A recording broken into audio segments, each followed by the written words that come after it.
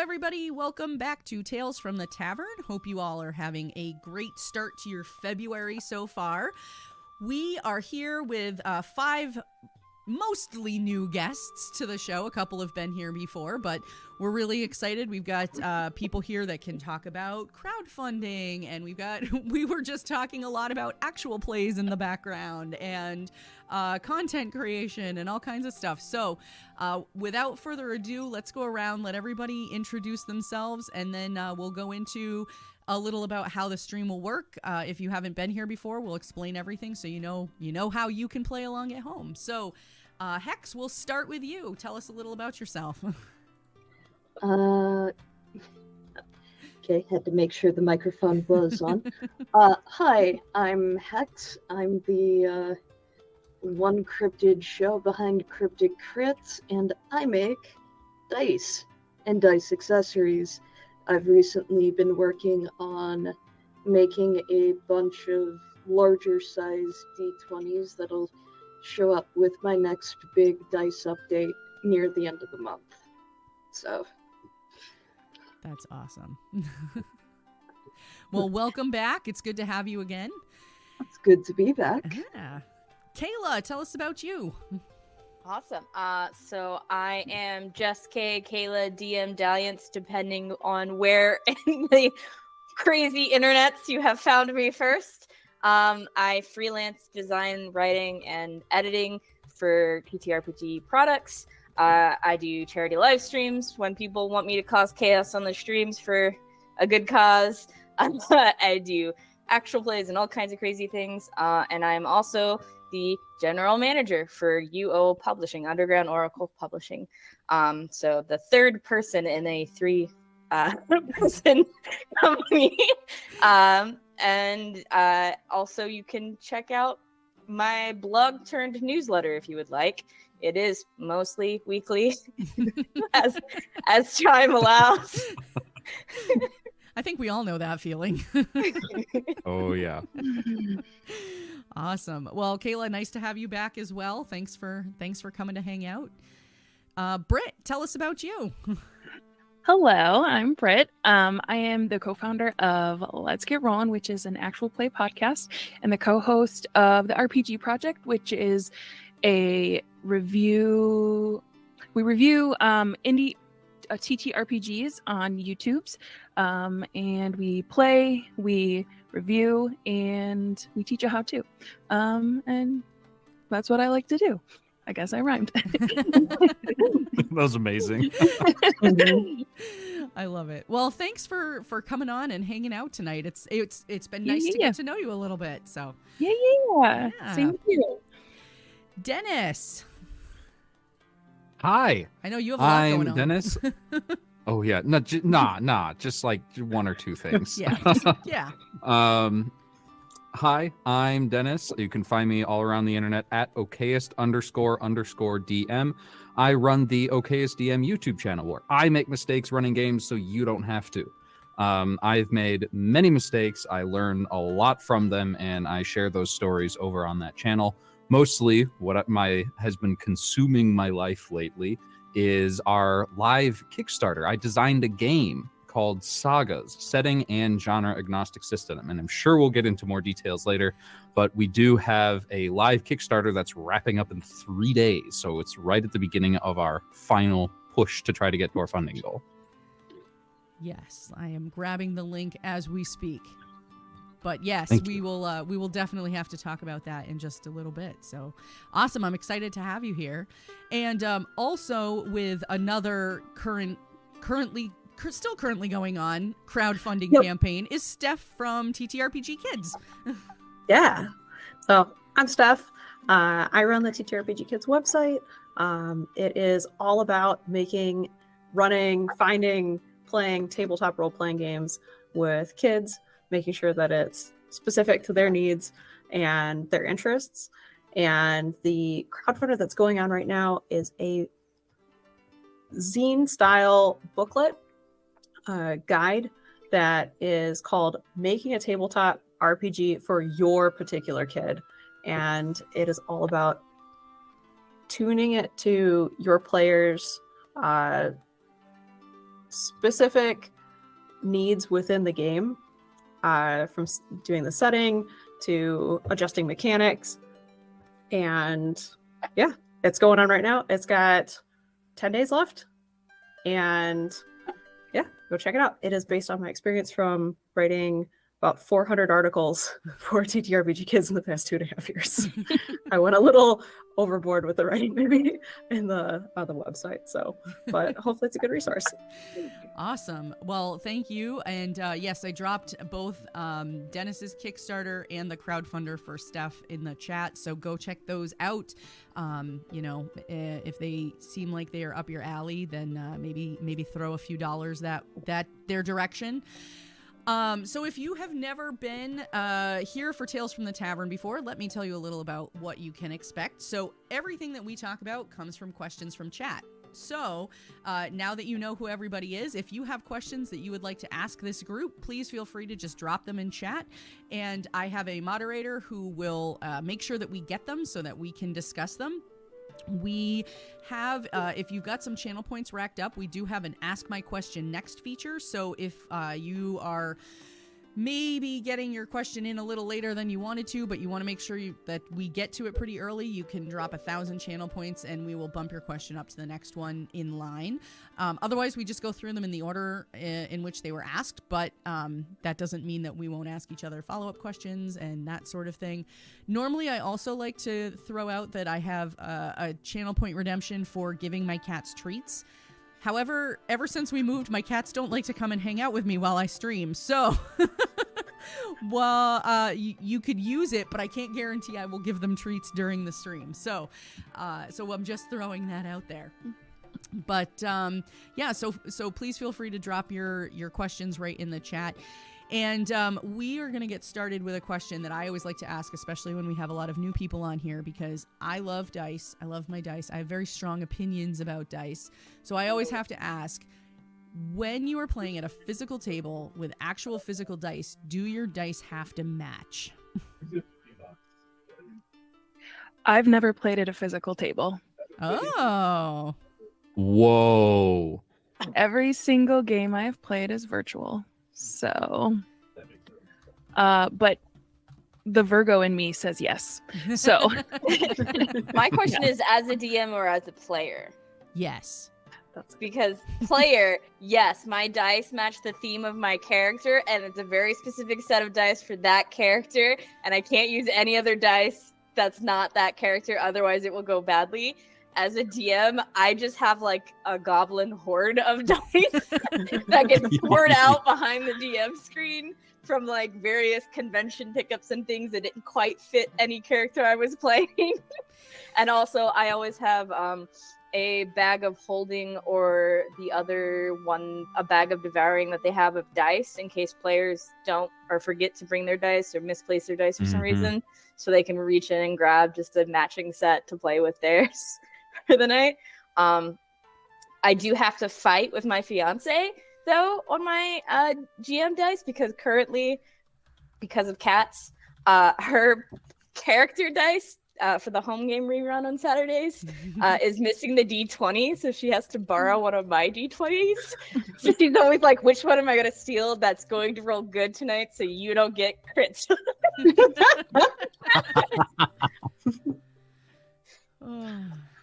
I think I'm going to have to agree on the difference between the player dice and the GM dice.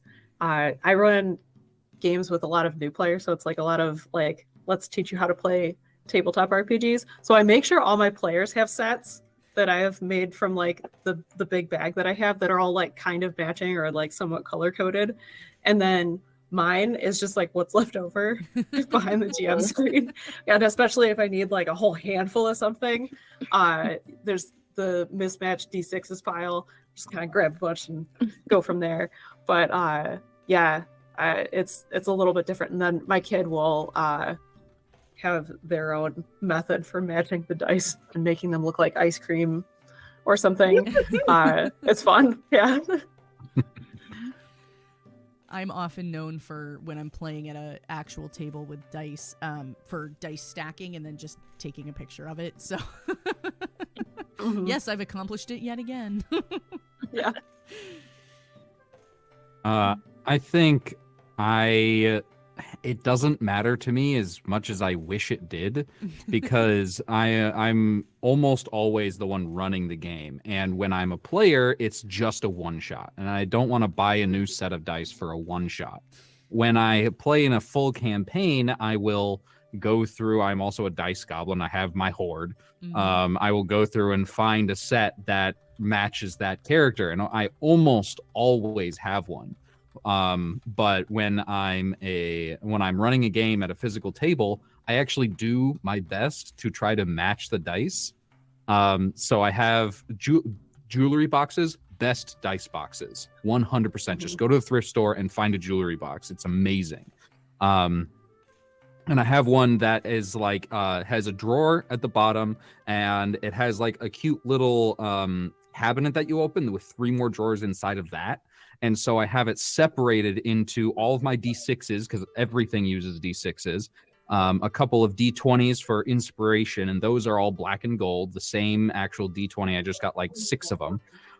And then there's the big drawer that has my actual dice that I use when I need to roll something as a game master. And those have the same general color scheme, which is grayscale with tints of blue. All right.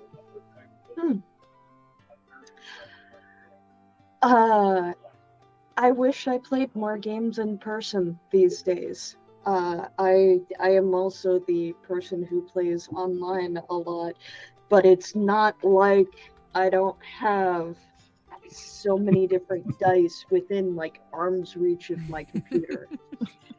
And most of these are stuff that I've made this last week, but like this is how I usually bottle up all of my dice for selling, and they have like the different little potion wraps and everything. That's So cool. actually the first like glow in the dark set I ever made, I named it Barbara Yaga, and the first person that bought it was a warlock whose patron was Baba Yaga. That's And amazing. she had fun telling me all about it. I love that. I am very much a my dice have to match no matter what, and like if one of the dice isn't rolling badly, I can't get rid of just that one. I have to change out the whole set. So Whoa. yeah, although I may have to stop doing that. I was showing this off last month. Hold on. I finally in a gift swap for the holidays ended up with a timeout chair and a dunce cap. Nice. But now Love that. I also have a throne and a crown. Yeah. Oh, I nice. love that. So I'm like, oh, now I don't think I can actually separate my, like, I'm gonna have to actually just like let the dice, you know, sit in the appropriate chairs. But I mean, Yeah. it depends on the D4, I guess. Yeah. Duck just asked. I mean, we could probably find out. I know I have D4s within arm's reach, so let's see. Let's see. There's a D4. I bet it probably works better with a D4, actually. Because at least the Like a little- dunce hat one won't. Yeah. Yeah. The crown might sit a little crooked. Yeah, actually, the dunce cap doesn't sit on it very well. The crown is definitely crooked, though. The dunce hat does Well, not fit on D20s oh, very yeah. well. Yeah, the What crown about is doing very like like. Oh, it's got sass. It's got Yeah, sass. it's a sassy We're on D4. the side. Yeah. It knows that this is a throne. Right? Yeah. He's very aware of it.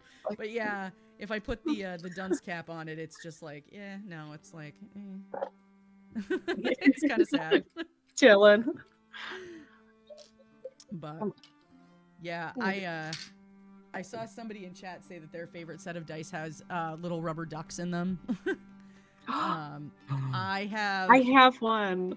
I have I a have set. a D20 that's like that. I have a set Yeah. from Greenleaf Geek that has the keyfish crit dice that she did at one point. So they have little goldfish in them. And then I also backed the perihedrals that she did, so those have cats in them. Oh, I love that. I want a pair of Jason those just said cheese for dice. a donation to Extra Life, we'll have a live game of Monopoly with Luna's weird dice things as pieces. I mean, that's fair. We could do that. that'd be fun. So clearly, we're all having a ton of dice. You said you like to store yours in a jewelry case. What is everyone's preferred like display or storage options for dice? Tackle box. That's One of nice. those like clear like jewelry tackle boxes. Mhm. One of those. Mine Yep. are all kept separate from each other. Never the twain shall meet. Every set is in its own box or case or jar or something. But my end goal is to get them all into spice jars and build a spice rack, a dice Yes. rack with them. I love that. I love that. That's I've fun. been looking at doing conventions, and that was one of the things that I was thinking about trying to see if I could put together for displays and that sort of thing. I actually, personally, I have some coffin crypt boxes for the ones that I would use going to conventions. I will say special active character sets get their own like box to hold them Yeah. so that they feel special and roll well for me. But I will say otherwise they just kind of like end up somewhere that I have to find every time. My dream display thing though would be I want to build one of those alchemist cabinets, like the big wooden ones with all the like little things in them. But I do, once a character is retired, build shadow boxes Yeah. for them. Aw. But That's cool. I also saw recently a project where someone took a hollow core door and cut a window into it. It was to display Star Wars models, but I was like, I could do that for dice. Oh yeah. Yeah. My favorite thing that holds my dice was I earned one of the Extra Life dice cases last year. And Nice. yeah, so that's nice because it's one of the hex cases and it has an individual, spot for each one, and so I like that. I have a couple of wooden cases like that. I have a couple of like 3D printed cases like that. But Have you seen Dodeca Donuts Kickstarter? Yes. no, but I think I'm going to need to. Dodeca Donuts is a friend of mine through the Tabletop Creator Hub, and he makes the a donut-shaped dice boxes. He has a Kickstarter going on because he wanted to upgrade his setup so that the boxes would be bigger to fit the more custom dice sets. And he at PAX West, I think last year, he got lucky. Mercer saw his stand and went, I need that for Laura. And it's the same one that you've seen like on their live stream from MCM London and in their TikTok. And it's just watching his face light up afterwards. That's my thing. She has my thing. Was the greatest thing in the bet. world. Mhm. That's so cool. That's very cool. Yeah, Vixen Artistry in chat was just saying, what do you guys think of the dice potion sets, the potion dice sets where you can shake them instead of roll them? I have one. Like that. They're really cool. Yep. They're really good with kids. Yeah. Oh, yeah. Like, because my kid will like, wham, throw it at the table as hard as Yeah. possible. And Mine is in there, it's contained. This is glass. This one's glass. I got it from a creator at a small con, but it's mermaid themed. So it's that's like- neat. And then you read it at the top. It makes for a dramatic roll. I will say that it is not like a quick roll like normal, especially with like the mica powder in it. But It is pretty and it's fun. It's very fun. I feel like it's great for fidgeting at the table. It is, and especially like if you are, like a magic wheeler, like having like a potion of some sort, like for healing potions or like rolling healing rolls and stuff like that. It's very fitting and on theme. So That's really cool. I've actually never seen those before. yeah, they're That's very cool. Yeah. I like that. Yeah, the other thing too, somebody was mentioning that it's good for a quiet substitute. I got a set, my first ever set of silicone dice for Christmas, and those are really fun. I have quite enjoyed those. Of course, I still roll them in a dice tray so that they don't bounce everywhere. Yeah. They would be great for kids. Yeah. Yeah. I've been whenever I go to the dollar store, they sometimes have foam D6s. Yeah. And so in like a little pack, so there's more than one, and I've been getting like them all the time. It was actually a dice goblin costume, so I put all the foam D6s in this like burlap sack that was like you could kind of see through it. Well, so now I know what I'm doing for PAX East this year. Yeah, it was fun. So I've got my dice all kept in a burlap sack. Is one spot, and then I also had won a ice cream pint full of dice, so that's where all the random sets go. And then people keep getting me dice bags for holidays and birthdays, so I actually have like more dice bags than actual like full sets. So there's like a row of dice bags. So I mean, that tells me you have permission to buy more dice, is what that tells me. Exactly. Yeah. Yep. So, yeah. Isn't it funny when you tell someone you like something and that's all they buy you? You're like, yes, I like owls, and they're every Christmas, every birthday, every holiday. That's what they buy. Yeah. That actually happened with us with owls. I do that with like one a of whole my bunch of friends. owl decorations. Me too. Yeah. I do that with one of my friends. I'm like, oh, I know you love hedgehogs. So literally every hedgehog thing I see, I'm like, oh, that's for her birthday. Oh, that's for her for this special thing. I know. I know I make dice, but it has been a long time since I've actually received any dice for any birthday or whatever have you. They probably think that you can make your own. or that you're drowning in dice. Yeah, it's true. Technically I am. I've got like 5 other boxes of this over there. But I like seeing stuff that other people make. Yeah. All the creative, shiny things. I don't have any dice with rubber ducks in them or anything like that yet. Still trying to figure that one out. But yeah. All right. Well, let's see. I've got a couple of questions that people have been. Not all of them have gone into chat. Some of them have come to me directly. But the one of the questions that I got is how did you get started in TTRPGs? This person said, I've been dying to get involved for years, but I'm painstakingly shy, and I feel like I don't have the personality to take on a character, never mind not even knowing how to play.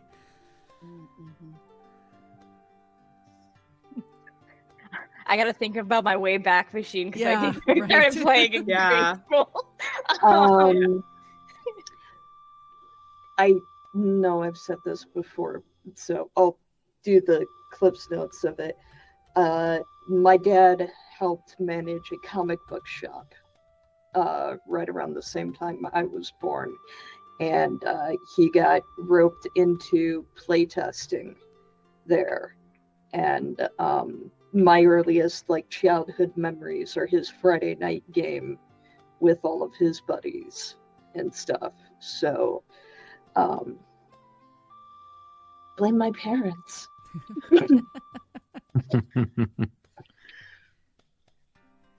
I actually have two you go. stories for this. So I used to say that, and this is what I would recommend to someone that is starting in TTRPGs. What I used to say is I started out right around the time that D&D 5th edition was published, like that first set of core books. And I was looking through the books and realized, wait, this isn't a story. This is a game. I could play this. We could tell our own story with this stuff. And I started, making characters completely wrong. Like I was rolling D20s to make characters stats. And so I tried my hardest to find and asked anyone I know, do you want to run this for me? Do you want to be the one running the game? And everybody was like, that sounds really, really cool, but I don't want to be the one in charge of doing it. And I'm like, fine, I'll do it. So right from the get-go, I was, the forever DM, and I quickly realized that's where I wanted to be anyway. Through, getting to build my own world and prepare the story and watch other people experience something that I prepared is a wonderful, wonderful feeling. That wasn't actually my first experience with TTRPGs, though. A couple years ago, a horror memory got dredged up from the depths of my mind of my dad took me and my younger sibling, to a local game store to try Dungeons and Dragons. He had done it in high school, and he wanted us to experience it because he thought we would love it. He was right. We would have. We got there, and I had my character all prepared, and I was having a good time. It was like, it was an Adventurers League thing. So it was sort of like we were slotted in the middle of a campaign. So the story didn't really make any sense to us. And the big bad of the whole thing teleported in. I don't remember what adventure it was. This was 4th edition, though. And I, being a rogue, did what rogues are supposed to do and ran up behind the big bad and stabbed her. And I missed. And immediately afterwards, she attacked me and crit and dropped me to 0 immediately. And I'm like, oh, what happens now? You roll death saves. So I rolled a death save and I failed. Next turn, I rolled another death save and I failed. Third turn, rolled the third death save, failed, died. I did nothing. That was my first experience with TTRPGs, and it was horrible. I hated it. I was in middle school at the time. And I was like, this game sucks. I'm done. I'm never playing it again. And now I do it as a side gig.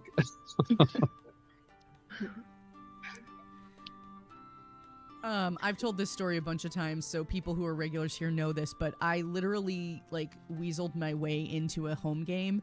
My now 16-year-old was a newborn, and my ex-husband was hosting a game at our house, and I had never played before. I knew that he was into it. I was a relatively baby gamer at the time in general. I didn't grow up playing video games or anything. And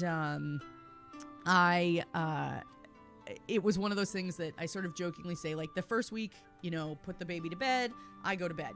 The next week, put the baby to bed, I move a little bit closer with a book and I kind of listen to what's going on. And then the next week, put the baby to bed and kind of hanging out in the kitchen while they're playing at the dining table.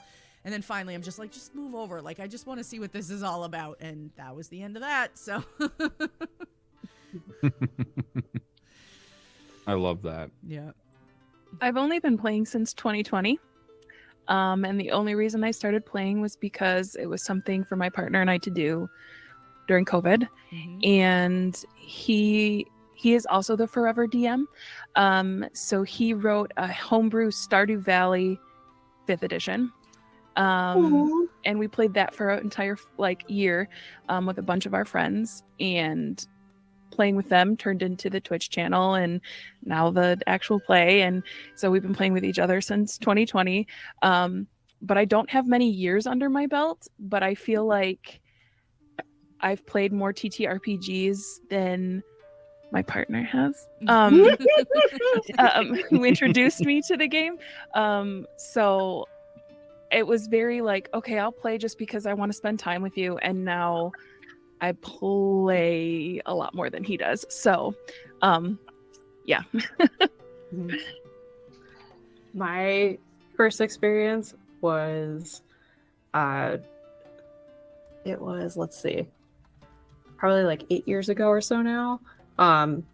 My partner was doing a tabletop RPG, like D&D kind of thing with his work friends. And it was like a mini campaign. And for the last one, he had been coming home, like talking about it. And I'm like, this sounds like a lot of fun. Do you need another player? Like, and they invited me for the last one. It was an absolute blast. I played this character that was kind of like Aloy from Horizon Zero Dawn. It's like a woodsy artificer kind of character. And it ended, and I was like, okay, what happens next? They're like, well, that was the end of the mini campaign. I was like, oh. And then like adult life happens, and I kind of forget about it for a while. And then I had my kid, and there was like, I was having a little bit of a hard time in the beginning. It was a big shift, and like trying to find out like where my interests were and things like that. And my brother had suggested this podcast, Critical Role. So Just this little he podcast. indoctrinated me. Yeah, he kind of indoctrinated me into it. And I got super into it. Then my cousin got super into it.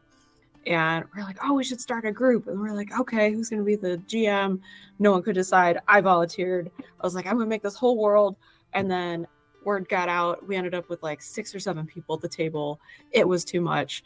There were some conflicts. It ended pretty horribly. And then I took a break for a little bit, started up again, kind of petering along with like, maybe once a month or every other week. And then COVID shutdown happened.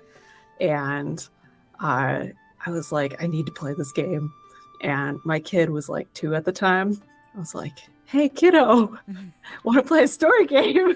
And so we started, I was like, okay, what do you think the wizard will do next? Or do you think the wizard will go down this path or this path? And we just kind of like started playing that way. So still play like D&D and other tabletop RPGs with grown-up friends now. But it was kind of, I never really grew up with it. I wish I had, but it was sort of like that initial like, hey, this is a tabletop RPG, and then it was like, oh, there's a bunch of other people into it. We could actually kind of make a group, and kind of went off from there. So, yeah. I'm gonna answer it from the other side. I often get new people into TTRPGs because my family likes to joke that I've been a nerd since birth.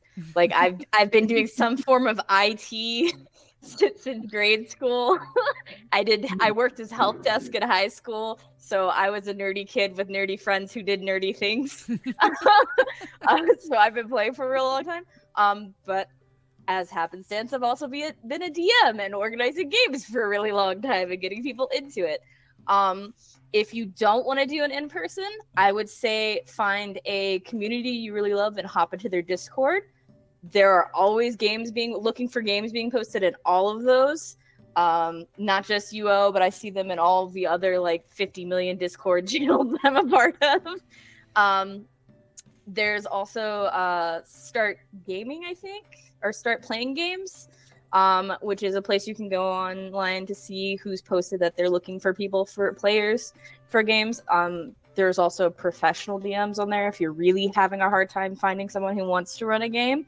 I also will suggest, unless you love the maths, maybe don't start with D&D. If you maybe are a story role-playing, want to feel things out before you get into the heavy maths mechanic systems, start out with one of the smaller systems like Kids on Bikes or Cypher or Powered by the Apocalypse. Powered by the Apocalypse, something that is narrative first. Or sagas.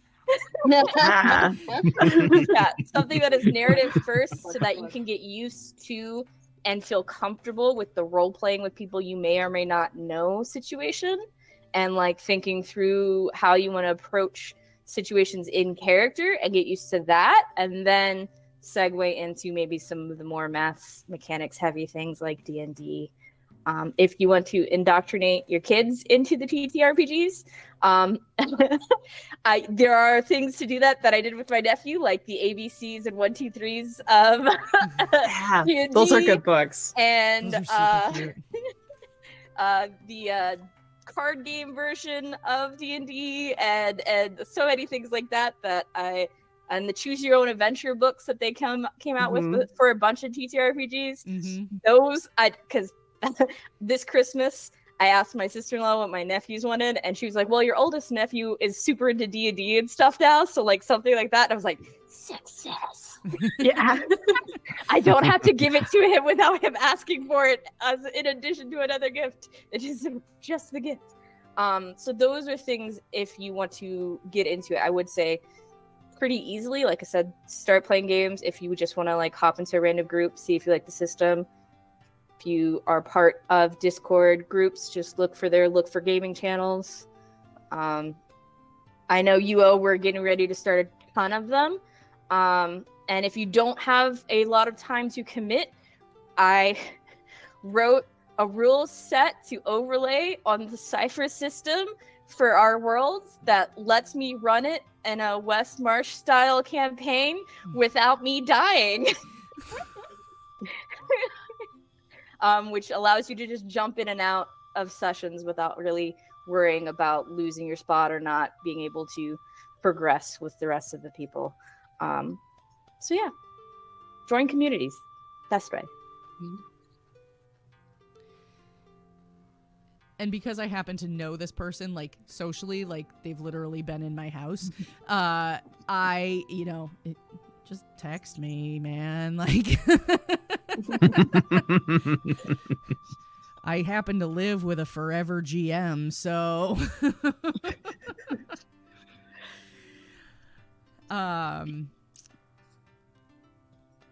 Hex, did you have an answer for that?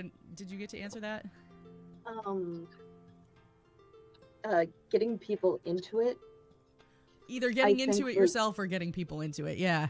I was the one that started off by saying my parents were the ones that had gotten me into it. But I, in turn, got other folks into it. Surprisingly, not my partner. One of our mutual friends actually dragged him into doing it 4th edition while I was in my senior year of college. Hi, I have a video editing and animation degree, and those projects were rough.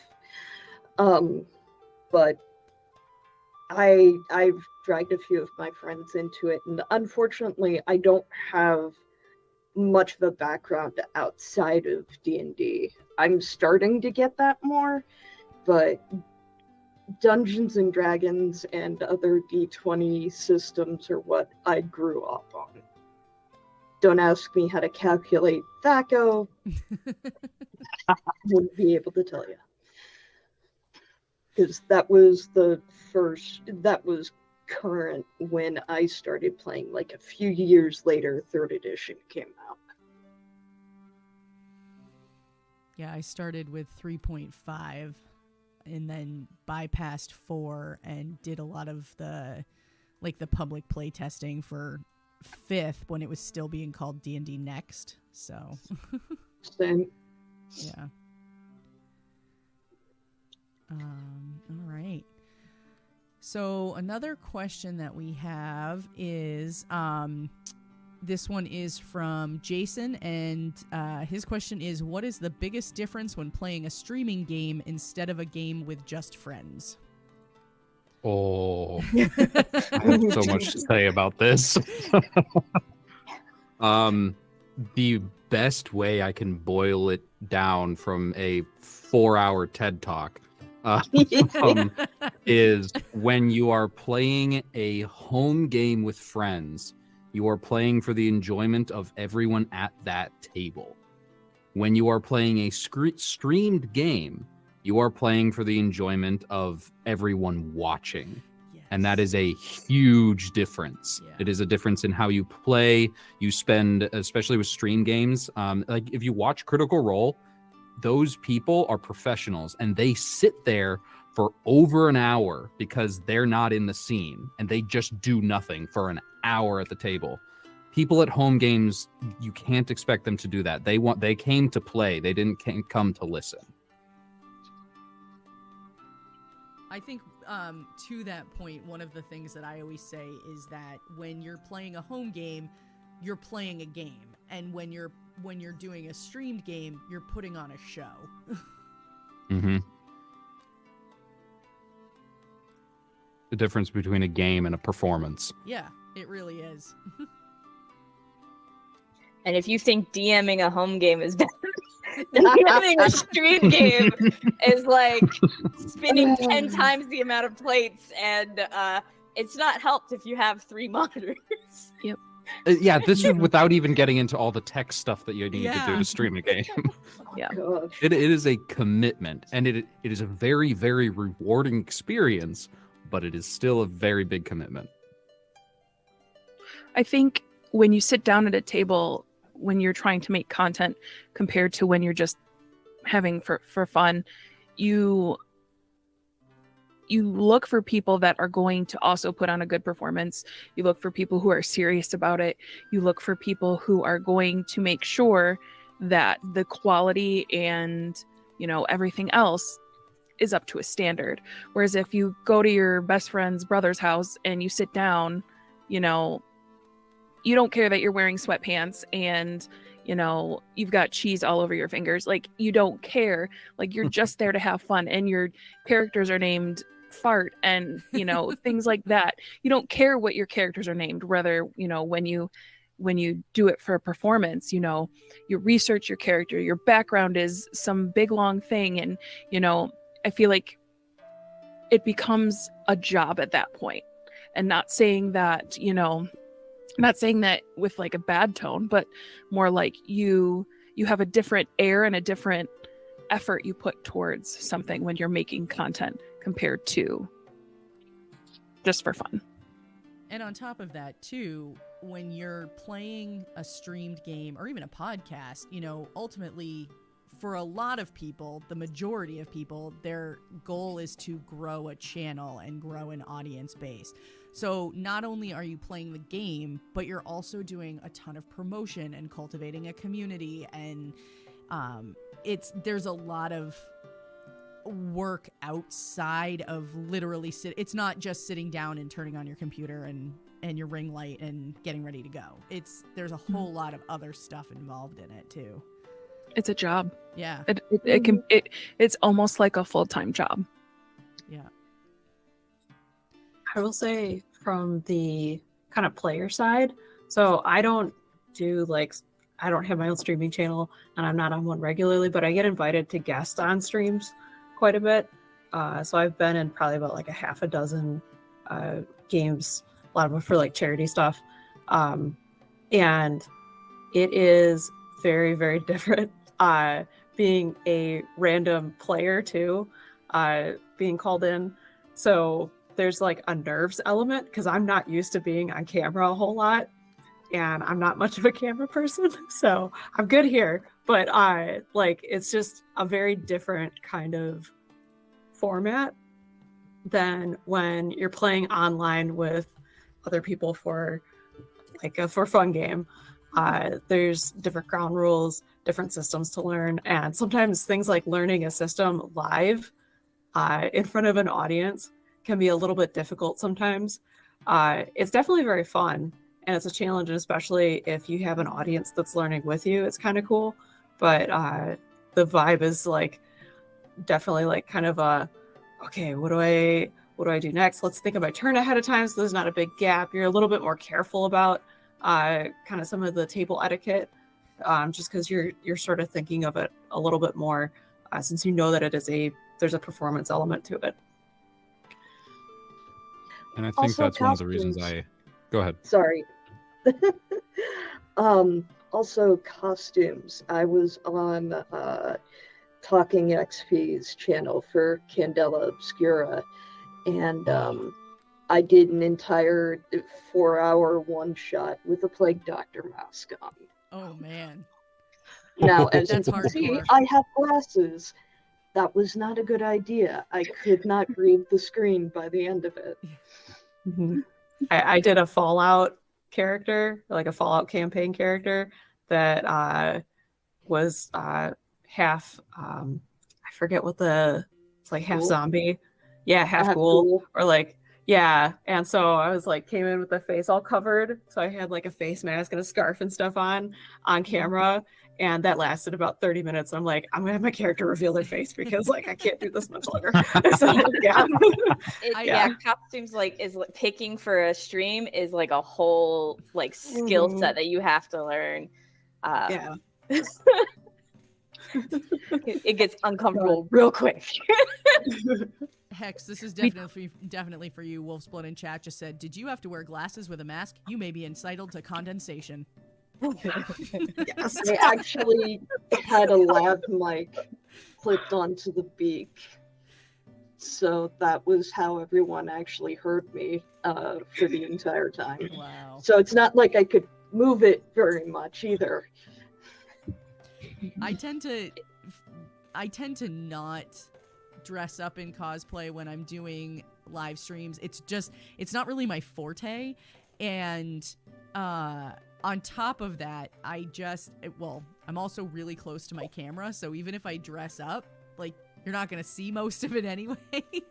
So when I do dress up, it's generally, I don't want to say minimal effort, but it's not very involved. It's one time I played like a mouse folk, so I made like a little headband with mouse ears. And one time I was playing in a short-term pirate game, so for the last episode, we all dressed up, but fortunately, it was right around Halloween, so it was like off to my local Spirit Halloween store and, picked up like a headband and some jewelry that you could see, you could see it from here to here, and that was about it, so. We did a Brindlewood Bay one-shot for charity once, Nice. and so we all dressed up like old ladies, and my husband wore a wig, one of my wigs, and he's like, "Do I have to wear this the entire time?" I was like, "You do." Because by 3 hours in, you're like, "I don't normally wear this on my head." You're like, "Ugh." I mean, I love cosplaying. I think it's fun, but when you're trying to sit down in one spot for a while, after a while, you're just like, nah. So. Why I like the waist up cosplay for stream. Yeah. Where Yeah. you're just like, this is all the camera's seeing. So Yeah. like my top half is gonna be very uncomfortable, but my bottom half is gonna be as comfortable as Yeah, possible. I'm literally wearing pajama pants right now, so. Same. Me too. Yeah, Zoom cosplay. Yeah. And then my Yes. partner goes Zoom casual cosplay. Yep. Yeah, that's I exactly had- what it is. I had lounge pants on the entire time with that outfit. Oh, I bet. Oh yeah.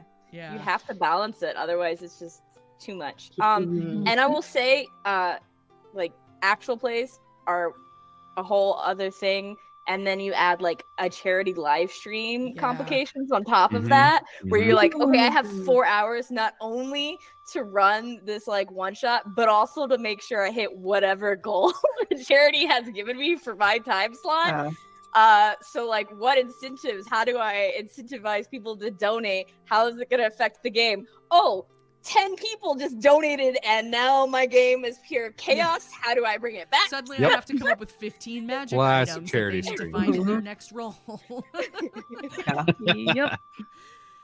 Oh. Yep. Yeah, I run a an Extra Life weekend event, and that's really hard because you're when you play at home versus playing even just a regular actual play, like if you go over by 15-20 minutes, that's okay. But if you're doing like a charity weekend with streams back to back to back, you have very minimal wiggle room, so you have to fit it in that time frame. So it kind of goes back to that, like, it's a show and here's your time slot, so I know when I'm doing the scheduling for that, I try to build in an hour buffer so that, like, if the stream before goes a little bit long, there's some time, and then the group that's going on an hour after they're scheduled to end has a window to do all their tech stuff. But yeah, that's another whole thing. Yeah. All right. Because you say you're good one shots. You say it's going to be a one shot, but that's my question. Are one shots ever really one shots? I always have a Yes. bullet point of 3 that they have to accomplish, and then I will BS some magical wrap-up ending. Yeah, I've once done a one shot that's turned into like a 2 shot. I did a 3 shot that turned into a 5 shot. I've definitely played one shots that they should have ended a lot sooner than they did, because it was one of those things where I think the DM it boils down to the time frame thing. Like this all everything that we're talking about all relates to each other. They let us languish for an hour trying to solve a puzzle. And it was like, yeah, you can't do that on a stream. No, you can do that in a you home shouldn't game. do You that can't do it. anyway, but Yeah. you can't do that on a stream at all. Mm-hmm. Yeah. I've been able to kind of keep some of them a little bounded because, like, we do board game nights, and then I'll also be like, hey, if anyone wants to come a few hours early, I'll be running a learn tabletop RPGs kind of like session with a little mini one shot. And so I just make sure that they know up front that we're going to be spending like an hour going through the system and talking about basics and things like that. And then we'll do like an hour of like, here's like a little mini adventure that's going to have a social interaction, a combat scene, and some skill checks.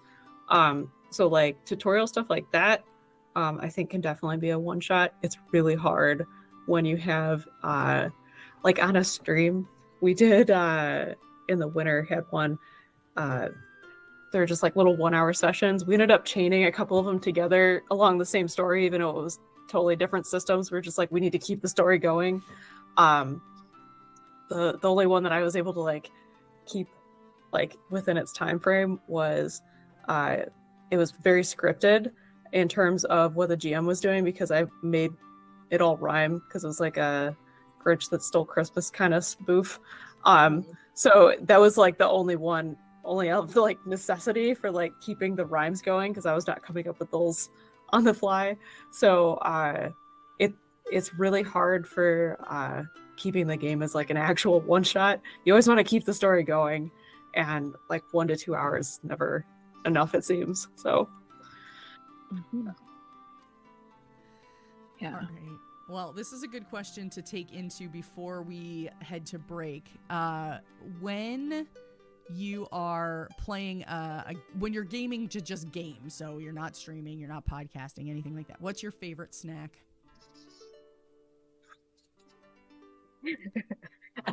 As a DM, do I get to eat? That's cinnamon sugar pretzels. oh, Those sound those really are good. They're amazing. They're from Sam's Club. I think Sam's Club has them. I'm a sweets gal. Like, if you give me like Twizzler bites, I will devour the bag. Yeah. I find I have to stick to something like Twizzlers, because otherwise I will eat like all the chocolate at the table. Or I'm gonna go with baked goods, because we usually will make something like cupcakes or something. I'm like trying to cut it up into small pieces, so I'm like trying to pace it, doing my best. Still always end up having like 3 cupcakes by the end. Chat saying popcorn, Jolly Ranchers. When we do our in-person game, we like make lunch beforehand for everyone. So because we host it, and I inhale that and then subsist on like snacky sweets and energy drinks, because like I don't have time to go get chips from the kitchen. I got 6 players I gotta run through things. Yeah. Here's my I was chance in to a- throw in a sponsored ad. Critical Hit cookies. Yes, they're delicious. I think I won them on one of the charity streams. Probably. We order from her a lot, and then actually we did Tales from the Tavern as a panel at PAX Unplugged, and Carrie came to the panel with 2 boxes of random half dozen boxes for me to give away at the panel. So cool. Yeah, that was really awesome. So use code Luna10 for 10% off your order.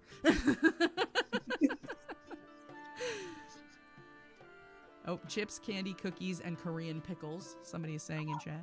Yeah, one of our players brings a Tupperware batch of Korean pickles and gifts them to me so that I will give the group inspiration.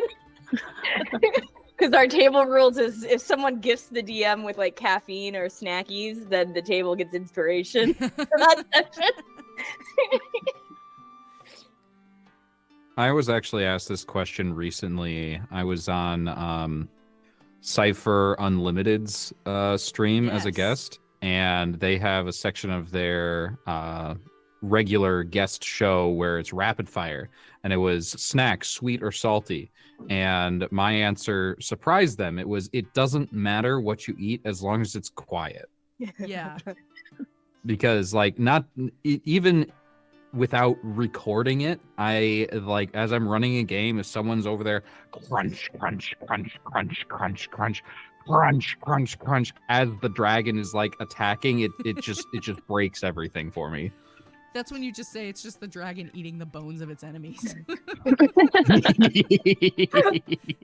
But if I'm playing in a virtual setting, like if I'm playing over Discord or something like that, I am far less inclined to snack during the game than I am during an in-person game for just that reason. Because one, I'm really bad about remembering to unmute myself when I go to talk, so I don't want to mute myself because I'm eating. Yeah. I'm the queen of forgetting to unmute. Back during We heard that though. Yeah. Back during the height of all the COVID stuff, when everybody was working from home, I literally had made myself a sign that I stuck under my computer monitor that just said "You're on mute." And actually, it became a thing for the stream too. Like I would start the stream and I'd start seeing in chat, "Luna, you're on mute." Oh, whoops. All right. Well, this is a good chance for us to take a quick break. Let everybody get drinks, stretch their legs, all of that. So we're gonna take a quick pause here. As soon as everyone is back from their breaks, we will come back and answer some more questions. So if you think of anything during the break, feel free to drop those in chat, and we will see you very shortly. There we go. There everybody is. Hi, we're back from break. I was trying to switch over from our screen, but both of my cats currently are on my desk. The 2 cats that I said never ever come down here while I'm streaming are both on my desk right now. And one of them is directly between my microphone and my monitor, so when she does that, I can't see anything. But anyway, welcome back from break. We are, yeah, Bees just said, "Welp, it's the cat stream now." Yeah, pretty much. Although we do keep joking, we have a bunny in our office too, so we keep joking that we're gonna get a bunny cam so that we can do treats for bunnies now and have a bunny cam on so people can see the bunny. Bat Duck, I am redeeming treats for kitties right now, so they are getting treats and they are all very happy. Let's see, we've got some questions to dive right in on. Let's see. The next question that we have is, if you created a magic wand, but instead of doing damage, it was meant to annoy the opponent, what would the wand do? Wet willies.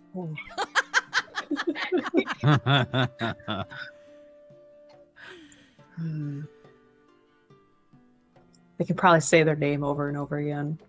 like that Stewie Mom, gift. mom, Yeah. mom, Yeah. Yeah. Like that. Just like a little voice back here. Yeah. When I was like in, I don't know, middle school or elementary school or something, we used to do that thing where you'd randomly poke somebody just really fast and go, "Is this annoying? Is this annoying? Is this annoying? Yeah. Is this annoying?" So I'd probably do something like that. Mage hand that just kind of like Yeah. mage hand that's like, I'm not touching you. Oh gosh. Yes. Yeah. It's like, ooh, cats. It's like a mage hand when you're in the back seat of the car with a sibling. Mhm, Mhm. mhm. Mine would probably ask them the most anxiety-inducing questions they can, like, "Are you sure you turned the stove off?" Yeah. Or hey, can we talk later? Oh no! Oh. And it doesn't Yeah, that's respond to awful. anything after. Make a wisdom saving throw. Yeah. To talk. What was it? Oh, no reason. Mhm. Mine would be a loud noise or the kids cheering about the hooray when they're in the middle of trying to cast a spell that requires concentration. Mine would be the Coco Melon theme song on repeat. Yes. Oh my gosh. If you are Yes. a parent who is of children age that watched Coco Melon. Well, Mhm. I also have to say Baby Shark. Yep. Yeah. Any annoying children's song that you could think of that your like children just watch over and over and over and over. The Trolls soundtrack. Oh my gosh. Let it go. Oh my gosh, yeah, that one. Yep. Yep. Mm-hmm. I'm trying to think. I'm sure Probably the there are other most things. ironic earworm. Yeah. Like It's a Small World or Oh, Yeah, like I still have that TikTok video going around of the Uber driver who has the instructional rap video for his rules in the car, and that's still stuck in my head, so that should be Mhm. stuck in all my players' head as well. Mhm. Mhm. Oh my gosh. All it makes me think of is like, you know, I think I just saw it circulating around social media again recently, and it was the, you know, if you could change a spell so that it mildly inconveniences somebody, what would it be? And that's kind of what this reminds me of. Yeah. The Yeah. change one letter thing Yeah. of the spell. Mm-hmm. Oh, it would be if you like see something just out of the field of your primary vision, so you like feel like you need to look. Oh, that would be so annoying. the hair on the Mhm. tongue. Oh. Yeah. Oh. The Yeah. invisible hair on the tongue. Where you're just like, Yeah. "Oh." Yeah. That would be mine. Or that feeling of like a cotton ball in your mouth or something. Yeah. Mhm. Ghost vibrations. Yeah. Yeah. Mm. Mhm. Yep. Just all of the things that you're like if that happens one more Yeah. time, I'm gonna break. Yeah. Right. I'm Yeah. trying to like go down the list of like road trip annoyances for my brother. I think Yeah. all of those. That's what I'm thinking too, is like road trips with my siblings. Yeah. For anybody who's old enough to, you know, remember the days of pre-satellite radio and pre-streaming and all of that stuff in the car, it's like all of your radio stations come in slightly fuzzy. Or like Yes. something you don't want to listen to. Yeah. Mhm. You have to keep flipping through it until you just come back to the same station and it's like, Yeah. fine. Yeah. Mhm. There's only 5 stations and they're all playing the same thing. Yeah. Every time you change the station and you like the song, it's like the last 3 seconds of it. Yes. Yeah. I will say, so there was a time right after the Havana song came out that literally every time we got in the car and the radio came on, that song was like, Mhm. Same literally, thing happened with Adele's "Hello." yeah. Yeah. And you would change Mhm. stations and then you would be halfway through the song on another station. Like, Mm-hmm. All right. Well, let's see. Next question that we have is an Ask My Question Next from Guts McGirt. And he would like to know, what is your favorite art style for a TTRPG? Ooh. The artwork and Thirsty Sword Lesbians. oh yeah, yeah, that's Mhm. a good one. That's a good one. If you've ever had the physical book, just it's just gorgeous, and it's one of my favorite just to look through, just to see the artwork through it, because it's just phenomenal. And if you haven't played Thirsty Sword Lesbians, that's another TTRPG that should be on your list. Yeah, I haven't played it, but I've seen it played a number of times, and it's very entertaining. I will say I'm an eclectic bitch when it comes to art styles. My home decor could also attest to that fact. But for me, it's like, as long as the art style of the TTRPG book like matches what the book is trying to convey to me. Like, if it hits home on spooky, then it needs to be a spooky TTRPG, like Monster of the Week. If it's high fantasy, then it needs to hit that. Like, sometimes they get close but don't quite like match what the book was going for, and you're like, oh, they were almost there. But as long as it matches and it hits home, it like inspires me on like the things I want to run in that game for players, and gets me excited enough to like start the hype train for the game in that system. I'd say I really like Inspirals as about a Celtic knotwork through it. That's really cool. And there's a few different artists between like the different books and stuff that have added their own bits and pieces to it. So, but they all work together really well. And then I like the coloring book games because it's like really easy to do with the little. But then I also really like ink drawings. And so like I've found that like I'm very drawn to the ones that have like ink drawing style art for the ones that I like to play. Just for myself, especially if it's like a journaling game. I don't know, there's just something about it that like hits different. So, but kind of like you said, as long as it matches the theme, then like that kind of pulls you into it as well. So yeah. There's a TTRPG we played called Print Weaver, which they're basically, the mana is ink. So a lot of the artwork in that game is just like ink splotches and stuff. And it's it makes you want to play. Like you said, it makes you want to play the game because it just draws you in. So Trying to think. I really like so somebody that I know wrote a game called Aether and Steamworks, and he's also an artist, and I love his art in general. So I'm gonna have to go with probably his art for Aether and Steamworks. Yeah, I think you guys have all hit on other ones that I'm like Inspirals is really great.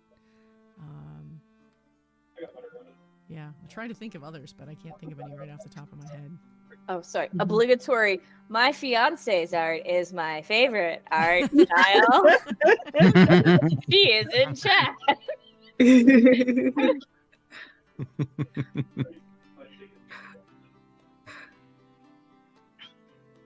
I think because I wish I had more physical games, but like that little shelf right there, that's everything I've got, and that much is 5th edition. Yeah. So I've got that much of not 5th edition, and it's like 3 games. So I don't have a lot of experience looking through the art style of a lot of different games, not yet at least. So from that small pool I have to pull from, 100% has to be, and this is a very biased answer, the art for my own game for Sagas. Rook Zero, his stuff is gorgeous. He does this thing where like 2 times a week he will get on stream for 3 to 4 hours and just do line drawings of character art from chat suggestions. And so he has this huge repertoire on his Discord server, like a huge backlog built up of just this coolest, like, you know, your kobolds, your warforged barbarians with some weird gimmick. He drew me a wooden warforged once with like branches sticking out of the head. I once on stream made made an entire adventure based off of one piece of character art from him that was like this it was a character with a mask and a spear, and the mask itself was like see-through, and inside it was just bubbles.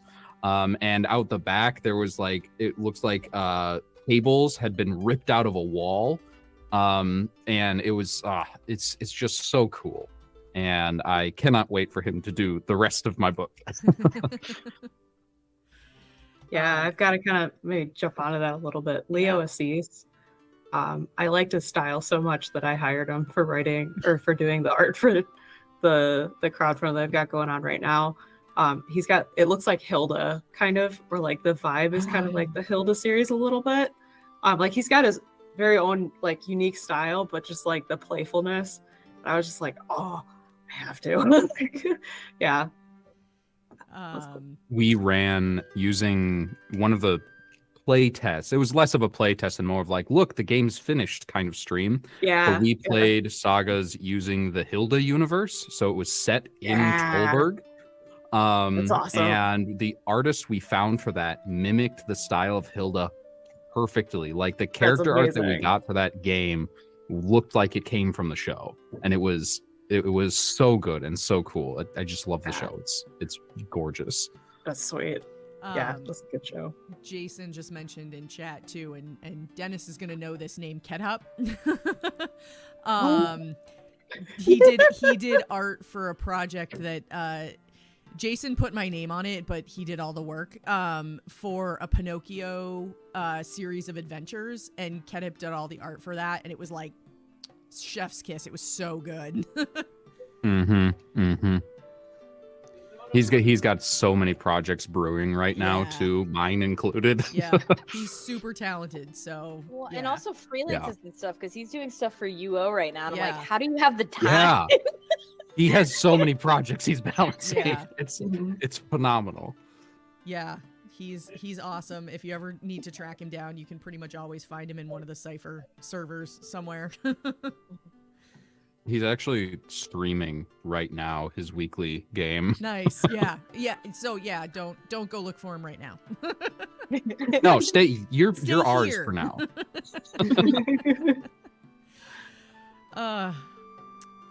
Okay, so another question that we just got as an Ask My Question Next was, let's see.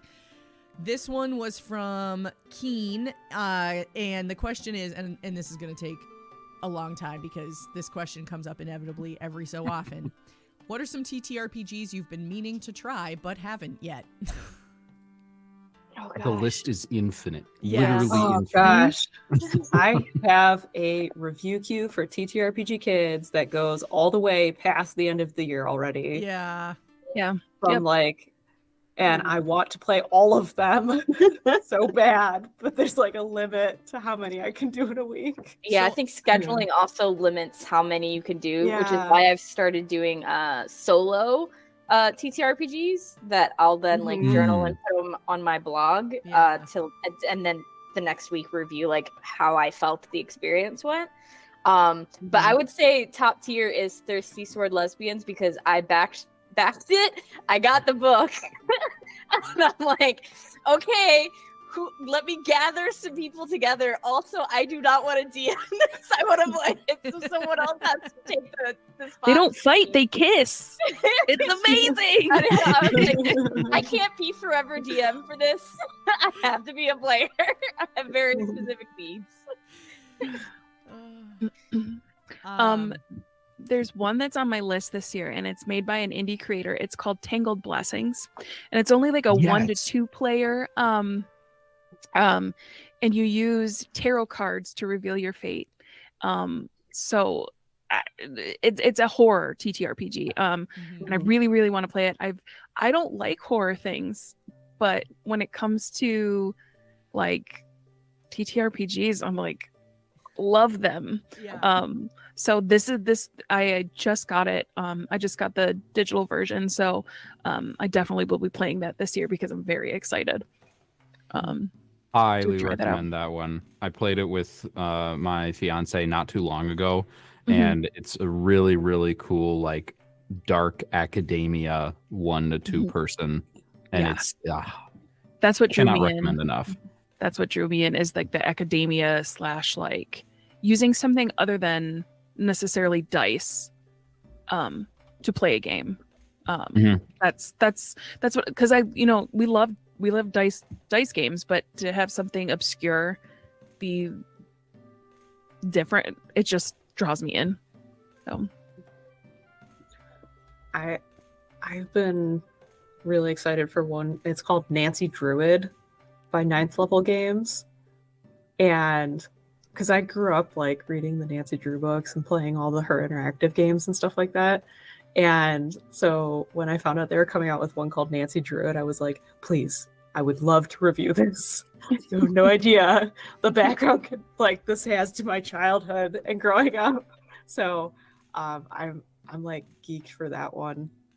And then the art for it is so cute. oh yeah, it is. It's adorable. Oh. I love it so much. Like, and I haven't had a chance to take more than like a cursory glance of it so far, and I'm so excited to dig into it. There's that one. There's one called Precious Things that I just heard about, and it's like a little dragon collecting things. That sounded super cute that I want to check out too. I think that one just came out as part of Zine Month. So that one might be like a little bit further down the road, but I'm also like geeked for that. I like those solo journaling games too. Like I'm always on the lookout for more of those. So I have a sticky notes full of Yeah. journaling games. yeah. I have this massive Excel sheet because like I've played over 100 games and then like essentially written like a 2,000 word essay on them for like the website. So I have them all organized in this massive Excel sheet, and I'm like trying to remember everything that I have in there because it's just like pages and pages, and I'm like, I want to play everything. So yeah, this is a hard question. Avatar: The Last Airbender is on my list. That TTRPG is on my list for this year too. It's good. Is it? Okay, good. Yeah. I've never watched the show. But I'm doing that on purpose so I could see if I can actually play it without knowing the show. It's very dependent on who's running the game, how well the game goes. Okay. Because I've played it a couple one shots with it, and with different people running it, it's a very, very different game. Okay. Okay. There's some cool stuff with it, with how they have like balance that kind of shifts back and forth throughout the game for like particular characters, which is kind of cool. So it depends on like if your GM is getting into that or if they're just focusing on the mechanics and stuff like that. Like we'll kind of drive it, and I think a lot of the feel for it would still come through even if you haven't seen the show, and they give you like all the lore also, but it's like in a very condensed like timeline format if you wanted to get into kind of some of the background too. It does do theming really well, and I think it also balances because they have the option of not being a bender, so not being someone who can do any of the element bending stuff in the system. That I think still keeps it kind of balanced. I will say, if you do play a non-bender, probably play it longer term because it is more of a power curve, as we say, before you can feel like you're on level footing with your vendor friends. Okay. Good to know. Yeah. I picked up 10 Candles at PAX East several years ago. Literally picked it up and was like, I need to learn how to run this game. I have never said that about a game ever. Ever. Like, I don't typically GM games at all. So I was just so fascinated with the whole concept of how it works, and like Britt, I'm not typically a horror person, but for some reason I've started getting into it, like in the TTRPG space. Love the game Mothership, which is another horror TTRPG, and so yeah, 10 Candles, I'm like, I have to learn how to play that. The problem is I can't find anybody local that wants to play it. Oh. Yeah. So I'm like, The oh, well. second you said local, I was like, oh no. Yeah. Yeah. I would mean, love I know to there are learn it. people that have pulled it off online. I would really like to try it in person before I attempt to do it online. Mhm. It is an in-person before online game. Yeah. Yeah. So I Okay. really would like to play that. Let's see. I also picked up, and of course I am completely drawing a blank on the name of it, but it's a game that you actually play. It's a 2-person game and you play it via email. I found it at PAX Unplugged, and I want to say it's called like Silence to Noise or Noise to something along those lines. But I found it at PAX Unplugged, and I was like, this is awesome because I have a very good friend who lives in California. So time difference is really challenging, but we were like, oh, this would be great because we can play it together, but we don't have to play it on a time frame because it's all done via email. But the concept is basically one of you is somebody who stays on the planet. The other person is somebody who goes into space. And the longer time apart you are, the more, like convoluted your messages get. So the letters all begin to shift. And part of the game is you have to decipher the emails. And, I was like, that's going to be really cool. So, Signal to Noise. I think that's what it's called. I think that's it. That sounds right. Yeah. I recognize down. that name. I'm There's- looking it up right now. There's one Problem similar. is I don't know if that's Googleable because signal to noise is a real thing too. Yeah, yeah. Yeah. There's something similar that's on my bookshelf that I'll have to drop in our Oh. chat probably later. That you get a group of friends together and you're solving a mystery via sending letters to, like physical letters Yeah. to each other. Oh, that's I cool. found it. I Cool. found it. Pen Yeah, pals. it's called Signal to Yeah. Noise by Lunar Shadow. It's available on itch. But yeah, so I was like, this sounds like it's gonna be super cool. So we haven't gotten to start it yet, but I'm really looking forward to getting into that because I was like, that sounds like it could be really cool. Mhm.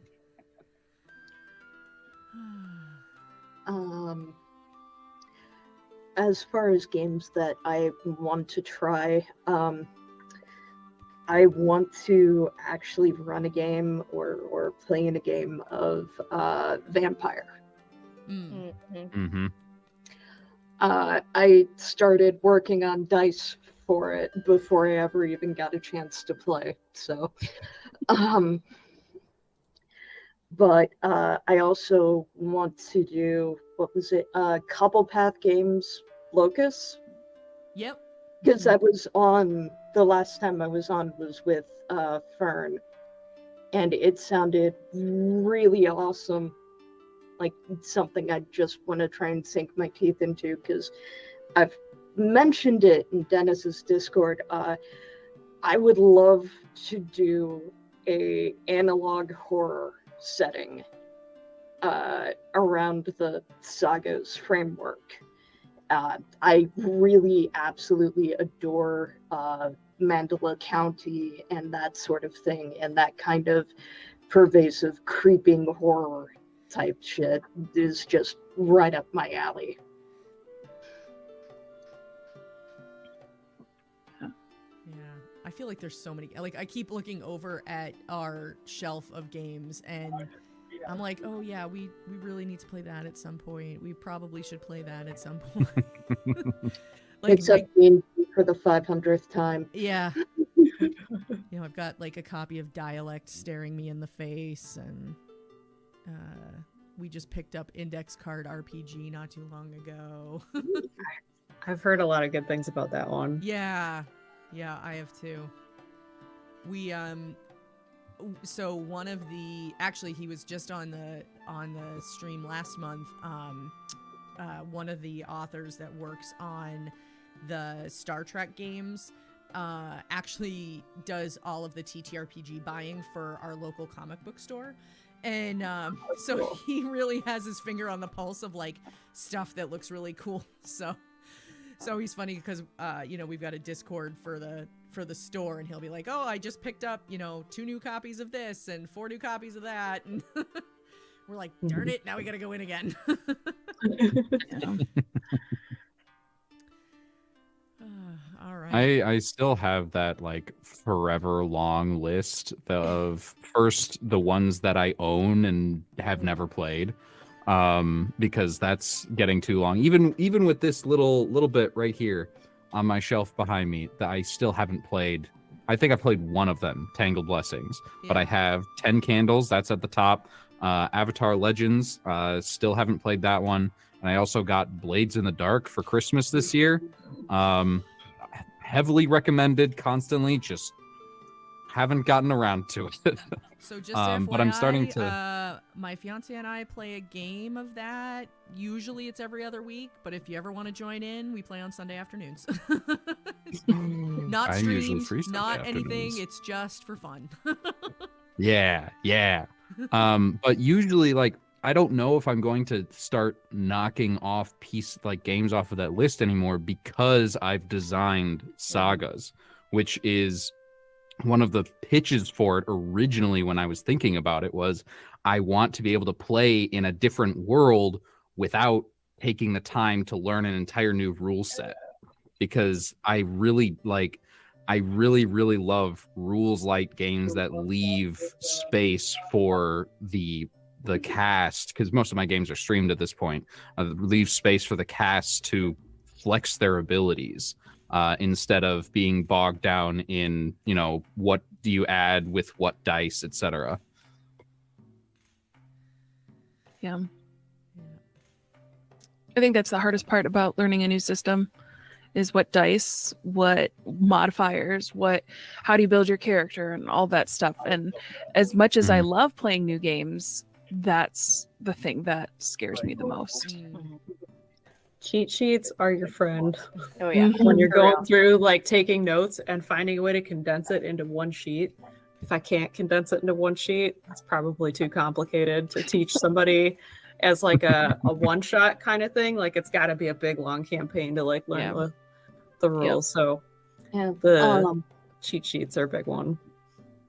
I know that Renegade Studios has been putting out cheat sheets for all of their World of Darkness games that they got over. Handy dandy infographics and everything.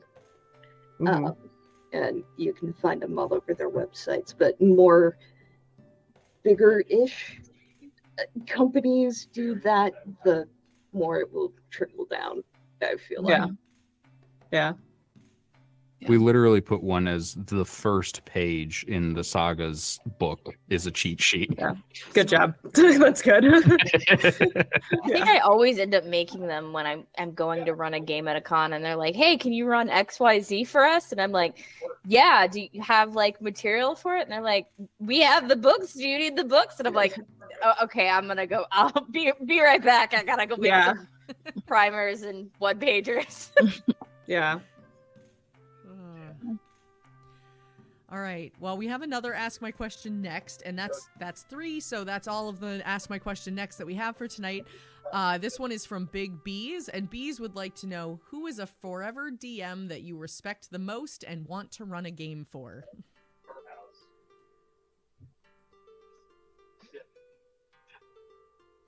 I'd answer that question, but I've already gotten to run a game for them, so... Yeah, I was like, I'm the forever DM. Same. I can't say Jess anymore or Keith because I've ran games for both of them. It feels like a cop out to say like Matt Mercer or something. That's where my mind went first too. Yeah. Or like Brendan, but.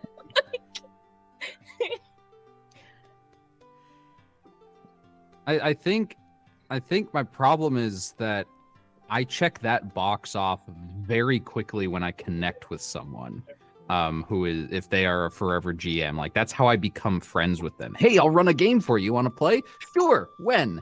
And we go from there. And that's just like part of being a producer in our niche is being able to set those up like quickly. I feel like we needed to adopt a Forever GM like initiative. Yeah. Like a But all club the with a Forever card. GMs, all the Forever GMs get together. Yeah, everyone Mhm. runs a game for another Forever We- GM. We did that. We did that Yeah, in one of Johnny. our Saga's playtests was Oops Yeah. All GMs. And what we did was like because stands for setting and genre agnostic system. So you can play it in any world. And we started in mine, and it was like a weird, sort of cyberpunk Western thing. And then at the end of every single session, the entire party got sucked into a portal or something. And the next time we met, someone new would be in the GM seat, and there would be a new world. But we all have the same characters reflavored to fit that setting. We went through like a spaceports, one set in a spaceport. We went through one set in like a classical fairy tale realm with like Little John and the Tooth Fairy and Cinderella. We're all characters, and it's so yeah. Do it. It's so much fun.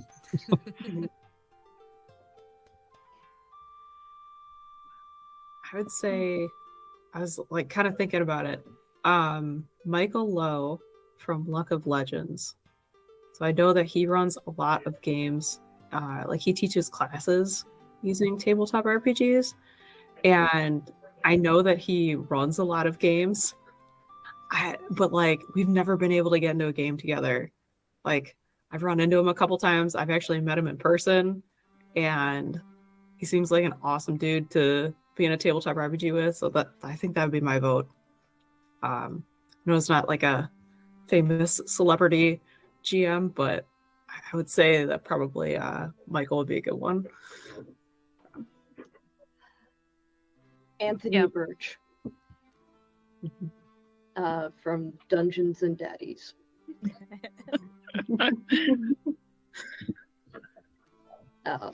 I also really enjoyed his writing with Borderlands too. So, but that seems like a good, just like slapstick kind of game. Awesome. Yeah, I've heard good things about the Dungeons and Daddies podcast. Like a lot of people said it was really funny. Yeah, it Oh, is yeah. very funny.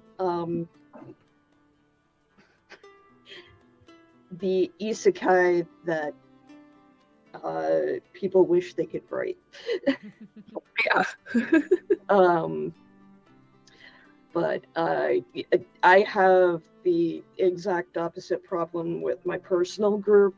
All of us are DMs, so it's not who is always the forever DM. It's okay, we're doing this guy's homebrew this time. Now that's done, we're gonna shift over to Aberon over here, and then we're gonna play try out Candela over here, and yeah.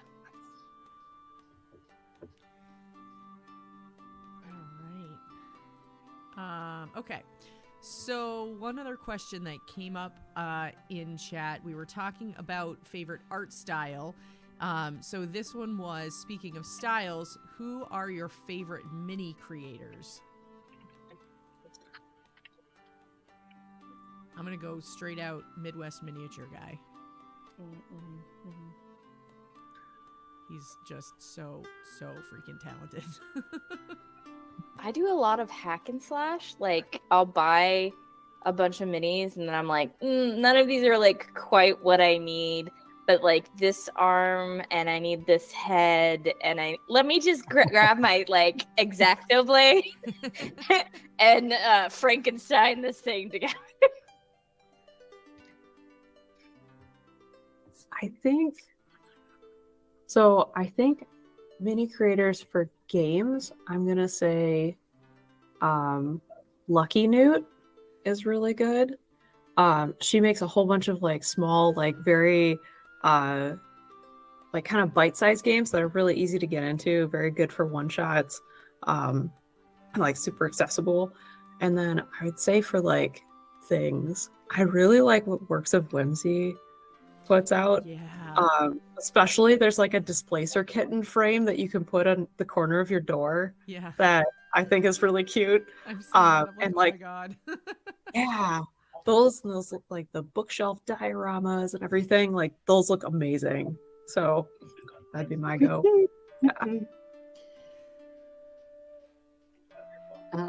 She actually printed my display shelves I have in the back that I'm working on for conventions.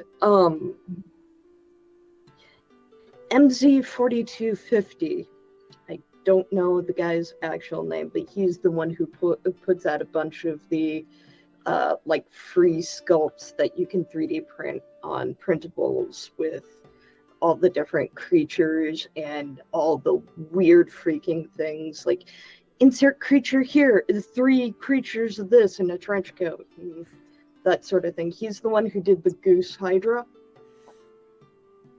Thanks. Did they mean minis like that you play with, or like small creators? Yeah, I honestly don't know what. I thought small. My assumption is the miniatures. That was okay. Yeah, that was my interpretation. But okay, at sorry, this point, I think we should just misunderstood. throw it out to like, who are some of your favorite TTRPG accessory people?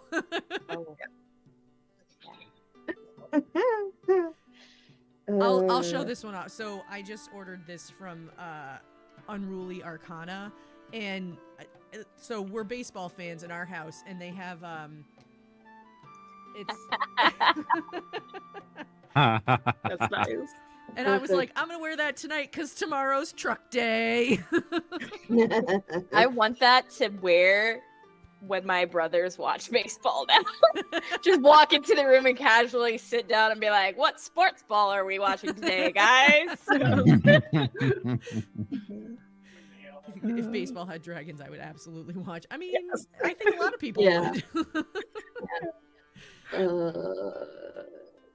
Tabletopcreatorhub.com. Sorry, it is a network of a bunch of people. Works of Whimsy, Jess is on there. I'm pretty sure the one that you mentioned for the baseball shirt is also through there. Totally not plugging it because I'm a moderator. But it's a lot of really neat people and really interesting folks on the physical side of the tabletop industry.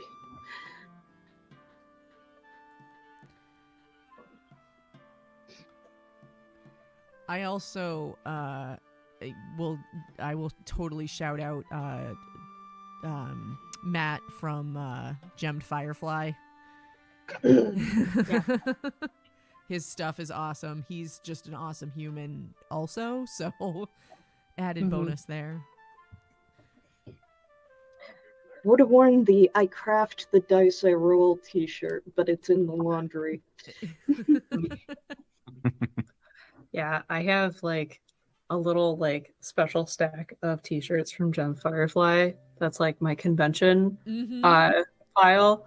Like it's kind of cold in my house right now, so I got the sweater and stuff, but like yeah, he makes really good shirts, and they're all like very funny, or they have like a really good kind of like tabletop RPG vibe. Like I've gotten so many compliments wearing those. I'm like, where'd you get that? Yeah. Every convention I go to, I wear the one that says, what's one more set of dice? Yeah.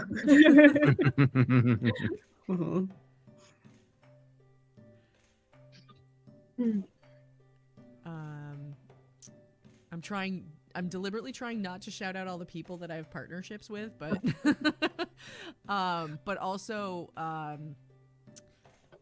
my gosh, Arcane Spectacles does like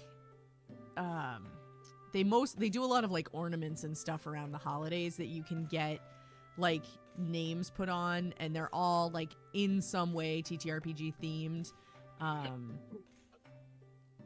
Those are really nice. I really like those. I think I counted this year. I think we have 11 ornaments from them now on our tree. So I would recommend also D&D Made Easy. Mhm. It's really good for journals and character trackers. Oh, that's cool. And I used one to help with tracking my artificer once because there's a lot of like little bits and pieces kind of off to the side I was having a hard time tracking it on like D&D Beyond. And the journals work like really well for giving those like basically a cheat sheet summary of a really complicated character. And I think he's on Tabletop Creator Hub. And like, Yes.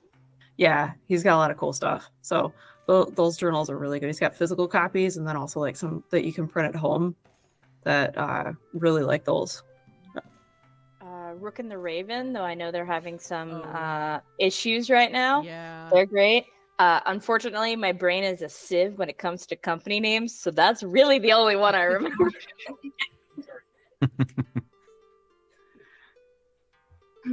Yeah, they were funny. They posted on social media the other day and they were like, "So, Warhammer stuff, how do?" I mean, that's not what they said, but that's essentially what they were asking. Yeah. How do people How do people things? do? Like, really what they were asking was, do people tend to like to, build the kits themselves and put them all together and paint them themselves? Or do people want to buy them pre-assembled, But it was just really funny. That was the overall vibe. How do? My favorite would probably have to be Atmoseeker, who's on YouTube. I've done a couple of charity streams with him, and he had it set up so he had a camera pointing at a real table, and the camera was on a rail, so it was rotating around as we were playing virtually. That's It cool. was so cool. But he That's also has a amazing. bunch of tutorials for how to make the stuff that he uses, like reviews of fog machines and how he made. He has one of his more recent ones is he made a moon to like set up at your table that looks legit real, at least through the photos. He also does 3D printed like little torches that you can hook onto the sides of your DM screen. He does a lot of really, really cool stuff for and has fantastic advice for tabletop terrain in general, For and setting up the most gorgeous setup you've ever seen. For crafting, I'd also say Black Magic Crafting. Yeah. Because I learned Yeah. how to do lava tiles and shit with them, which let me inflict a lava battle map on my players. That's awesome. I just want to point out that as we've been having this conversation, there is an entirely unrelated conversation about Magic Baseball happening in Yeah. chat right now. It's Yeah, like I've the been- sport I saw that. announcement. I've been watching it. Yeah. I'm like, this is so good. Sport Yeah. announcers over here on the Yeah. chat. It's amazing. Oh, I love it. I love it. All right. Well, we are about at the point where we need to start wrapping up for the evening because I want to make sure everybody gets a chance to, again, remind us of who they are and anything that they have going on that they would like to share. Like, I don't know, crowdfunding projects and things. So we're going to go in the reverse order of when we started. So this time, Steph, we'll start with you. Okay. So I'm Steph from TTRPG Kids. You can find all my stuff at ttrpgkids.com. And then I also have a crowdfunder going on right now for a guidebook on making a tabletop RPG for your particular kid. That's based on the over 400 articles that I've written for the site in the past couple of years. So the link's in the chat Yes. if you want to go check it out. And thank you. Yeah, thank Appreciate you. you having me coming on. Yeah, this was great. Yeah. Glad we got a chance Yeah, it's to. fun chatting. Yeah, I'm glad we finally got a chance to like put a face to a Twitter handle. Yeah, yeah, yeah. Awesome. Dennis. Hi, I also have a crowdfunding thing going on over on Kickstarter for Saga's setting and genre agnostic system. And if you'll allow me like a minute, I have an elevator pitch pulled up. Please Sagas do. is a universal, rules light TTRPG designed to help easily tell your story in any world. Choose from over 100 features to build your character, or use the guidelines for quickly making your own unique abilities. Sagas also promotes helping allies over helping yourself. Using the smooth and fast combat rules, you can describe the epic team combos that take down the final boss. It uses a check-based roll under resolution system. Your character features change the size of the die you roll, and you can help your allies by giving them more dice to roll, improving their chances of getting the lowest number possible. You can also, people that take this game and try to learn it on their own, sitting down with no help, create a character and are ready to play within 15 minutes. And that's the longest it's taken someone. We've had a 5-year-old create an ice dragon to play as a player character. And it's just so easy to use, to do literally anything with. And it's the tool that I'm going to certainly be using and working on for the next forever. Awesome. Well, thank you for coming on tonight and hanging out and sharing your Kickstarter with us. And I hope you both are wildly successful. All right. Yes. So next we will go to Britt. I'm Britt, and I'm from Let's Get Rollin', which is an actual play podcast. We're dropping our new campaign starting at the end of the month, where we're doing an actual play of The Corrupted, which is a TTRPG based off The Last of Us by Navarre Seek Jackson. And we're dropping a new episode of the RPG Project, which you can find over on YouTube, where we review Brindlewood Bay. And yeah. Awesome. That's me, and thank you for having me on. I appreciate Yeah. I appreciate it. It's cool to be of it. Like, it's cool to see how big small the TTRPG space is. Yeah. And as much as I'm like, I know a lot of people, I'm like, I don't know anyone. I had the exact same feeling It's coming into this. so Like, I have true. so many friends in the space, and I know none of the people on screen right now, Mhm. but I think I do now, and that's amazing. Yes, Yes. I It's one of agree. these. Yeah. I always jokingly say one of my favorite things about doing this stream is the fact that I'll end up getting a bunch of people together who have never met before, and the next thing I know, they're like off working on projects together, and I'm like, oh, I did that. Kayla. Hi, I'm Kayla, DM Dalliance. If you follow my personal stuff, which you totally should, because I do things like, if you want to dive into magical transportation in your city, here's how to do it, and random things that pop into my head as I run games that I allow you to copy off of like we're in grade school. And I'm also the general manager for Underground Oracle Publishing. We have our first Quasaloth Gazette. I hope I'm saying that right, Jess. I'm sorry.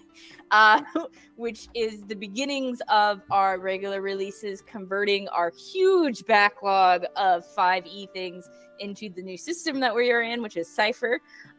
We are wrapping up our production on our first setting book, Harrow, The Blighted Plain, which is like Treasure Planet meets Waterworld when you're playing it. We are deep in doing our second setting book, which is Wild Space, which is like Treasure Planet meets the Goofy movie, because you're playing anamorphized sentient animals, so you're like a red fox and a duck, DuckTales-ish vibes occasionally. All of that's coming out. We're also doing a ton of things in the UO Discord. If you want to be in a bunch of games, if you want to know when we're going to conventions, if you want to come ask me a bunch of random questions, because I do Q&As for both of our setting books all the time, hop in there, because we are a pretty small group, 3 people, so you will definitely get an answer from one of the people directly involved with making the things. Awesome. Well, Kayla, nice to have you back. And always good to see you. So thanks for coming on and hanging out. Always happy to be on. Yeah. And Hex, we'll finish off with you. Hey, I'm Hex. I am the person, cryptid, whatever, behind Cryptic Crits. I am a dice maker with D20 chunks, these nice, big, beautiful babies, and going to be doing D6 Candela style sets, 9d6 in my next big shop update. I have designs ranging from Astral Sea to the questionable unicorn meat. All right. Well, thank you for coming back on again tonight. It was awesome to have you. And I am Gamer Mom Luna. This has been Tales from the Tavern. We're here the first Sunday night of every month, so we'll be back again at the beginning of March. If you are going to be at PAX East this year, please let me know. I will be floating around all 4 days. Sadly, Tales from the Tavern was waitlisted as a panel, so I'm not hopeful that it will get selected again, but I'll still be there all 4 days anyway, because it's PAX East and I live an hour and a half away. So we are going to, speaking of creators that we enjoy, we're going to drop a raid on Midwest Miniature Guy, who is doing some painting on stream right now of miniatures. And otherwise, we will see you again next month. Have a great night, everybody. I should go.